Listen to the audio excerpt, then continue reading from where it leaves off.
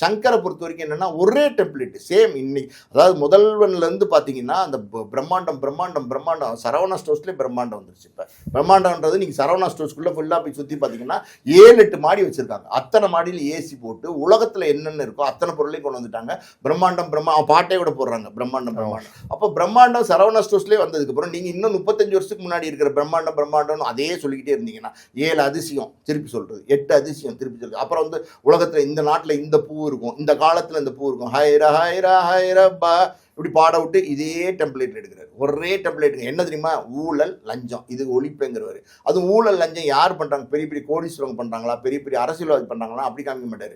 அதாவது ரோட்ல போற குப்பை பொறுக்கிறவன், அதாவது வந்து எப்படி சொல்றது, மீன் விற்கிறவங்க, அதுக்கப்புறம் எச்சி பஸ்ல இருந்து துப்பிட்டா அது பெரிய தப்பு சங்கரை பொறுத்த வரைக்கும். இப்படி பஸ்ல இருந்து எச்சி துப்பிட்டா என்ன என் மேல எச்சியை துப்பிட்டு, அதுக்கு ஒரு பிராமின் கேட்டு வைப்பாரு. எச்சி துப்பிட்டு பண்ணலாமா நீ என்ன நீ போ அப்படின்னு. உடனே அந்த எச்சி துப்பினதுக்காண்டி இவன் பழி வாங்குவான். இந்த கதையை எத்தனை தடவை சொல்வீங்க?